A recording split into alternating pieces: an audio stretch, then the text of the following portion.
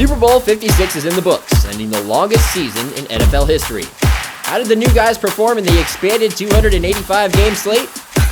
I'm taking a division-by-division look at each team's rookie class, providing grades and analysis on year one production.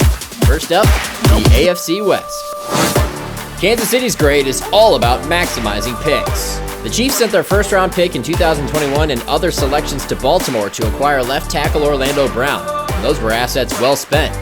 Then they nailed their second-round pick by choosing Nick Bolton, a Pro Football Writers of America all-rookie team selection who graded out as the 13th best linebacker in the league per Pro Football Focus.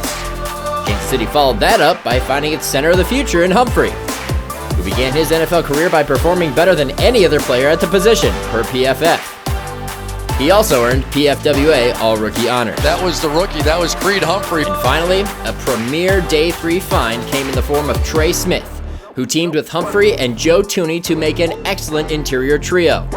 Smith also earned PFWA All-Rookie recognition and will be an important part of Kansas City's offensive line for years to come.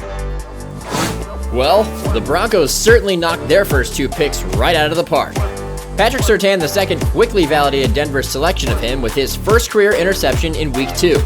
He finished the 2021 season with 4 picks, made the PFWA All-Rookie team, and was Pro Football Focus's 41st graded corner and just behind Colts Pro Bowler Kenny Moore. Running back Javonte Williams is Denver's long-term answer at the position, having averaged 4.4 yards per carry while scoring 7 scrimmage touchdowns and breaking 1,200 scrimmage yards. He's also a fan favorite. Quinn Miners has a promising future ahead of him after appearing in 15 games, including 9 starts, and earning a top 40 PFF grade among guards. Ohio State product Baron Browning was an effective player, transitioning from a special teams contributor to a starter from Week 8 onward. Caden Stearns figures to replace Kareem Jackson, who was 33 years old and headed toward free agency, and he showed potential with a couple of interceptions in his first season in 2021. Jonathan Cooper was a nice Day 3 discovery, tallying 38 tackles, including 4 for loss, and 2.5 sacks as a rotational player while also filling a special teams role. The Raiders' biggest swing and miss came with their most valuable pick. Most everyone saw Alex Leatherwood as a player who was taken ahead of where his evaluation suggested he should have been, and he ended up playing as such, eventually moving to guard, where he appeared to be a better fit during his rookie season. As for the rest of the class, a good portion stepped up at different times. Safety Trevon Mayrig was an effective player for nearly the entire season, finishing with a top 25 Pro Football Focus grade among all safeties, ahead of the likes of Jeremy Chinn, Juan Thornhill, and Kyle Duggar, while also earning PFWA All-Rookie honors. Divine Diablo progressed from a special teams player to a starting linebacker right around the time the Raiders began their frantic playoff push and should be penciled in as a starter in 2022. Malcolm Kuntz was another late bloomer, not seeing the field until Week 13, but recording a sack in each of his first 2 games. While Nate Hobbs was an excellent late-round find, but the good vibes from his impressive rookie season were overshadowed by off-field issues in early 2022.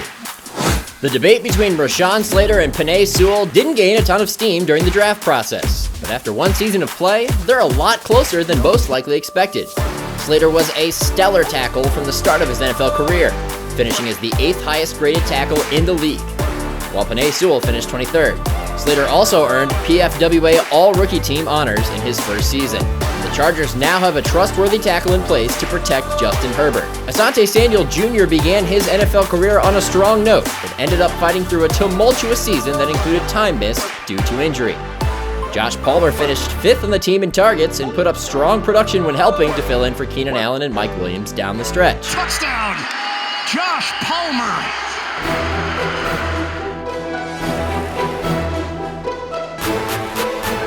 Up next, the AFC North.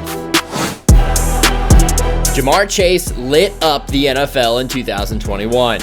He broke the league record for the most receiving yards by a rookie with 1,455, waltzed to the Offensive Rookie of the Year award, and keyed the Bengals' run to Super Bowl 56. Jackson Carman played 3 different positions, right guard, left guard, and left tackle, out of necessity after losing the starting job at right guard in November. He's since proven fairly valuable, replacing the struggling Hakeem Adeniji at times in Cincinnati's AFC Championship game win, and he could very much become a reliable guard in the future. Kicker Evan McPherson shook off occasional early struggles to become a lights-out clutch kicker late in the season, starting a perfect streak in Week 17 that carried over into Super Bowl 56. He joined Chase on the Pro Football Writers of America All-Rookie team. Running back Chris Evans became a nice spell back behind Joe Mixon and Samaje Perine. Cleveland nailed this class, sending 3 players to the PFWA All-Rookie team. The Browns landed a stellar young corner in Greg Newsome, who improved significantly over the course of his first season. Newsome blanketed opposing teams' top receivers opposite Pro Bowler Denzel Ward and landed on the PFWA All-Rookie team. Also receiving that honor was linebacker Jeremiah Owusu-Koramoah, a lightning-quick defender who earned some early recognition as a potential Defensive Rookie of the Year candidate before he was slowed by an ankle injury. Despite tailing off, Owusu-Koramoah still finished with the second most tackles among all Browns defenders. Receiver Anthony Schwartz flashed big play talent thanks to his premier speed, but he needs to improve his hands if he is to carve out a bigger role in Cleveland's passing game going forward. Safety Richard LeCounte showed promise early in the season, but was torched by the Packers' Devontae Adams in Week 16 before finishing strong in Week 17. Finally, running back Demetric Felton excelled as a pass-catching back, scoring 2 touchdowns on screen passes in a limited role, while also making the PFWA All-Rookie team as a punt returner. After a hype-filled preseason, Rashad Bateman's debut was delayed by injury. While he finished with a decent rookie campaign, Bateman also averaged less than 50 yards per game, leaving Ravens fans still hungry for a game-changing receiver. Odafe Oweh stormed out of the gate with 3 sacks and 2 forced fumbles in his first 5 games. And though he cooled off down the stretch, he secured a spot on the PFWA All-Rookie team. Najee Harris became a workhorse, logging over 300 carries and gaining 1,200 yards on his way to a PFWA All-Rookie honor.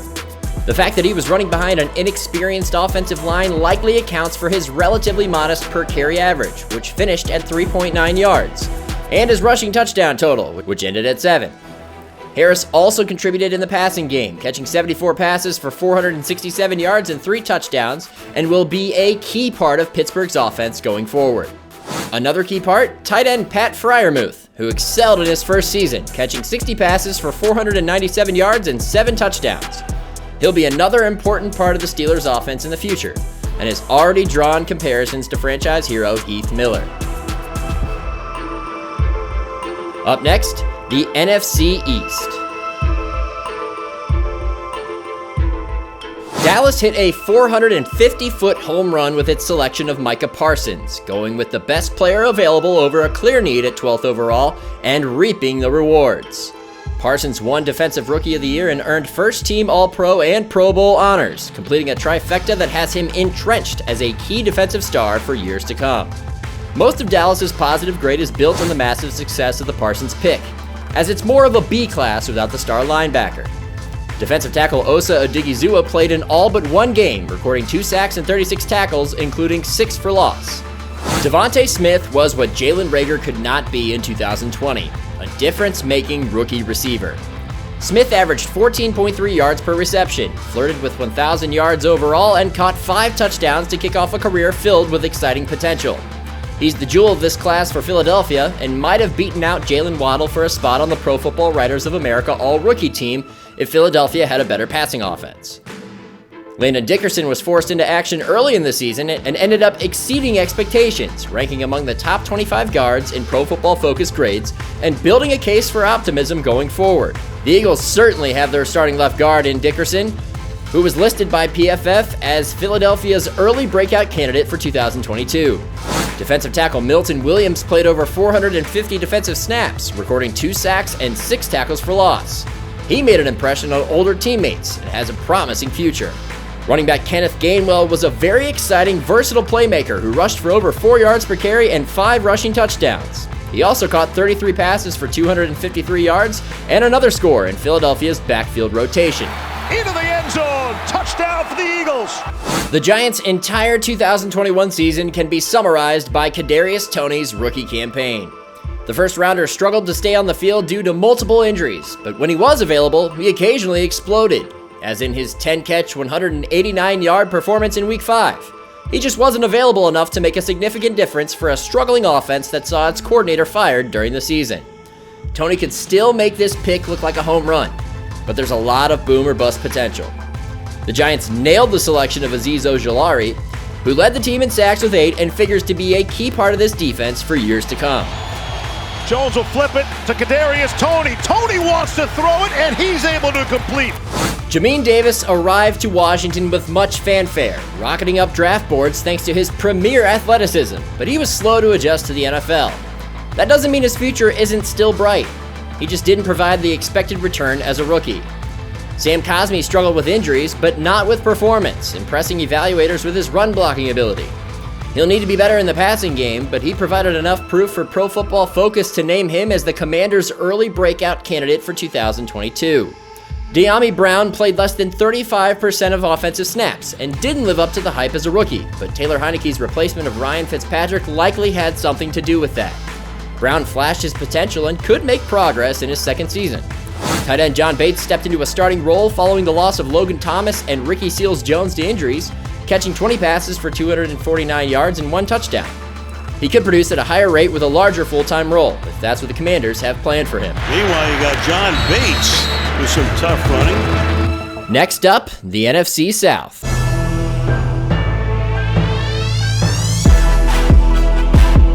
Despite Atlanta's struggles, Kyle Pitts lived up to the pre-draft hype. The tight end shredded defenses, catching 68 passes for 1,026 yards and earning a spot on the Pro Football Writers of America All-Rookie team.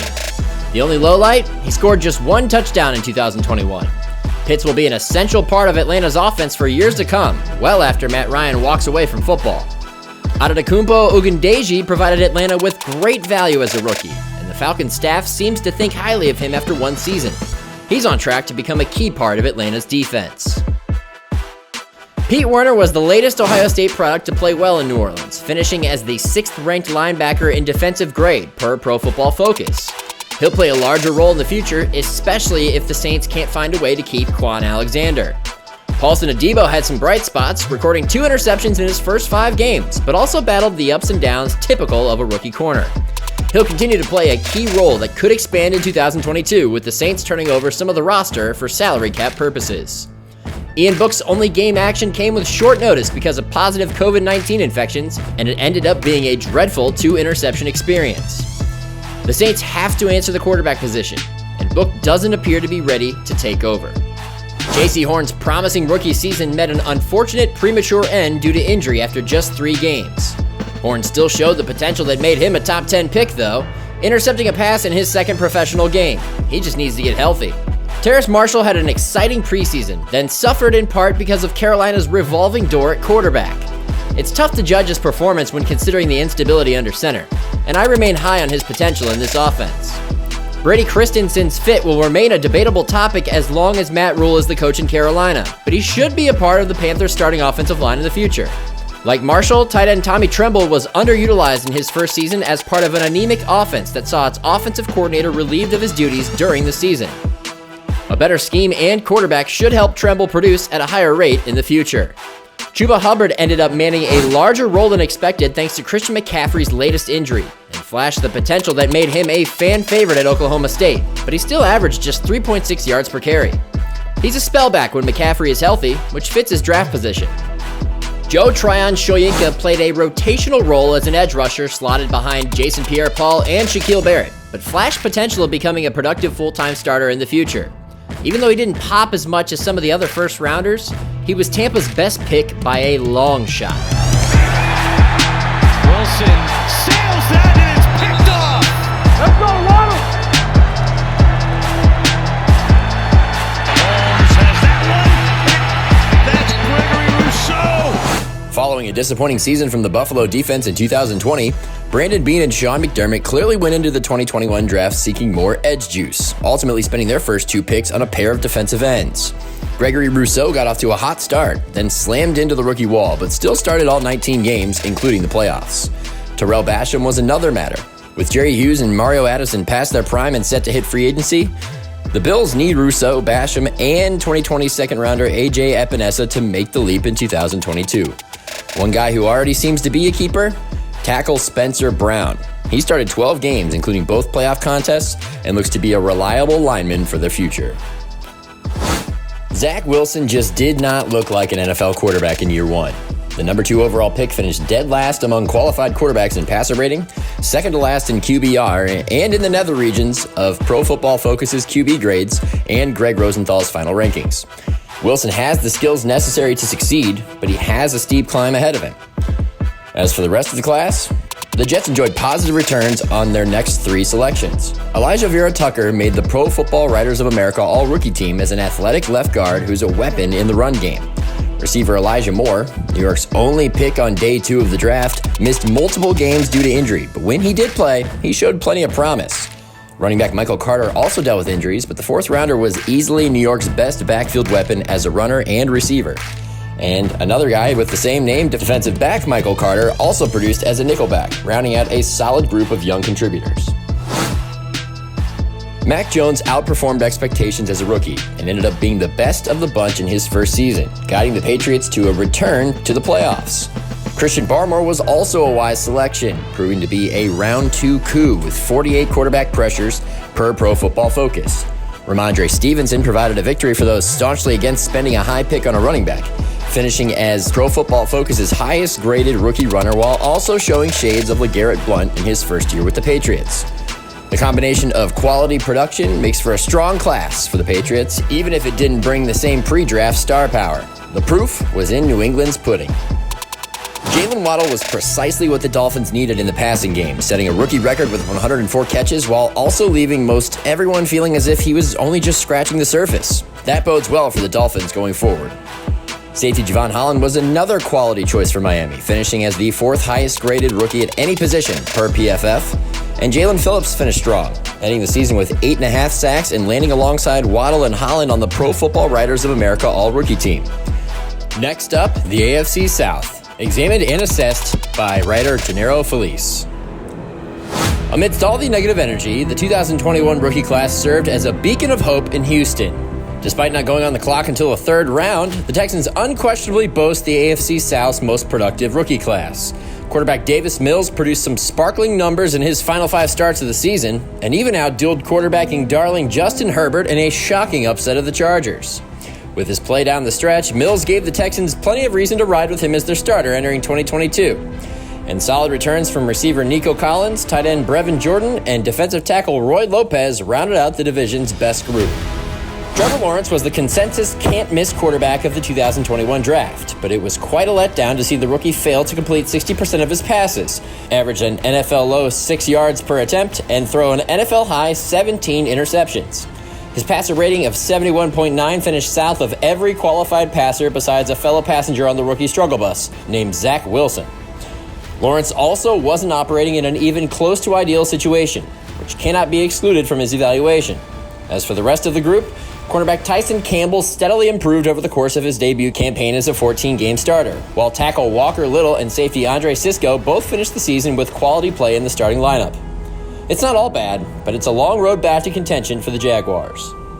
Kwity Paye was a major get for the Colts in this class.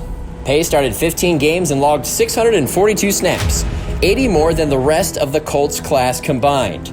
Paye's backstory is certainly worth hearing, and his production in the second half of the season was impressive, recording 4 sacks between weeks 9 and 17. He earned Pro Football Writers of America All-Rookie honors, and he's on an upward trajectory. A first-round risk taken on cornerback Caleb Farley, who was coming off of a back surgery that was the latest note in a lengthy injury history, did not pay off when Farley was only able to play in 3 games before another injury ended his season. Tennessee scored a stud in the 3rd round, though, in Elijah Molden, who appeared in 16 games and made 7 starts while handling slot corner duties in Mike Vrabel's much-improved defense. Next up, the NFC North, examined and assessed by writer Gennaro Felice. Penei Sewell's acclamation to the NFL didn't come without early struggles, but after starting the season in his familiar spot of left tackle, a shift back to the right side went off without a hitch. In his final 8 games of the season, Sewell allowed just 1 sack while continuously blowing open holes in the ground game. Detroit landed a stud in the tackle they selected over eventual Offensive Rookie of the Year Jamar Chase and found its own pass-catching talent in 4th-rounder Amon-Ra St. Brown, who exploded down the stretch to set up a promising second season. The rookie from Southern Cal with a nice grab and then fighting to get to the end zone. Eric Stokes was thrown into the fire earlier than most everyone expected, and he rose to the occasion. Stokes allowed a 79.1 passer rating per Pro Football Focus and shut out hulking Seahawks receiver DK Metcalf in Week 10. He endured the typical struggles of a rookie corner, but has the Packers pumped about his future. Green Bay received 16 starts from fourth-rounder Royce Newman, who allowed just 1 sack in his final 8 games. Chicago has its quarterback of the future in Justin Fields, who fought through significantly more adversity than a typical rookie quarterback. Still, the 22-year-old flashed rare traits with his arm and legs, despite the fact the since-fired Matt Nagy didn't always put him in the best position to show them off. The skill set is highly enticing. Now it's up to the new coaching staff to cultivate consistency. Beyond the marquee-topping first-round pick, Chicago's 2021 draft haul was a mixed bag in year 1. Running back Khalil Herbert and cornerback Thomas Graham looked like 6th-round steals, albeit in a much more limited sample size for the latter. Minnesota sensibly could have taken Christian Darrisaw at 14 overall, but the Vikings traded down, scooped up a pair of 3rd-round picks, and still nabbed Darrisaw at 23. A nagging groin injury ultimately cost him his first month of the regular season, but he took the starting left tackle reins in mid-October and acquainted himself pretty darn well, until an ankle injury cost him 2 games in December. The problem with this draft class? The remaining 10 picks. Kene Nwangwu also deserves some ink for his potency as a kick returner, having posted touchdowns of 99 and 98 yards in 2021. Nwangwu is going to take it all the way. Next up, the NFC West, examined and assessed by writer Gennaro Felice.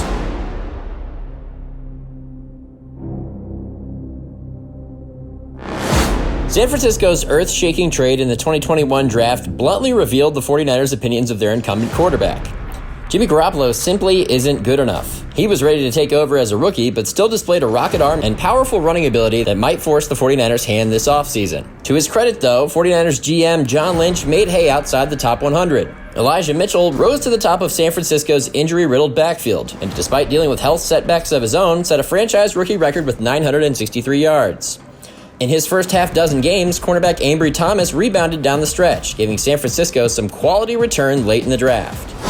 Steve Keim clearly has a thing for freaky linebacker prospects. For the 2nd straight year, the general manager eschewed bigger needs to spend his first-round pick on a backer with rare physical traits.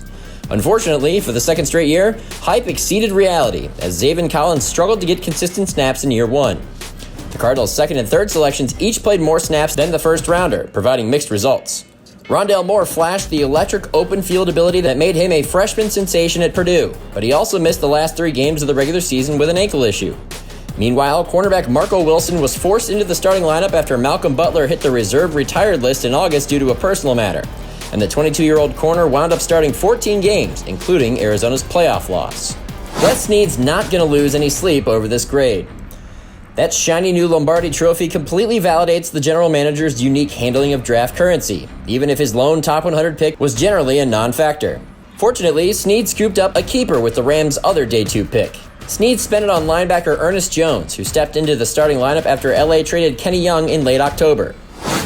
With a league-low 3 picks in the 2021 draft, this Seahawks class was fighting an uphill battle from day 1. Dwayne Eskridge, Seattle's only pick in the first 2 days of the draft, missed much of the offseason ramp-up due to a nagging toe injury and sat out of another 7 contests due to a concussion. All in all, he played 10 games and posted a grand total of 14 touches for 123 yards.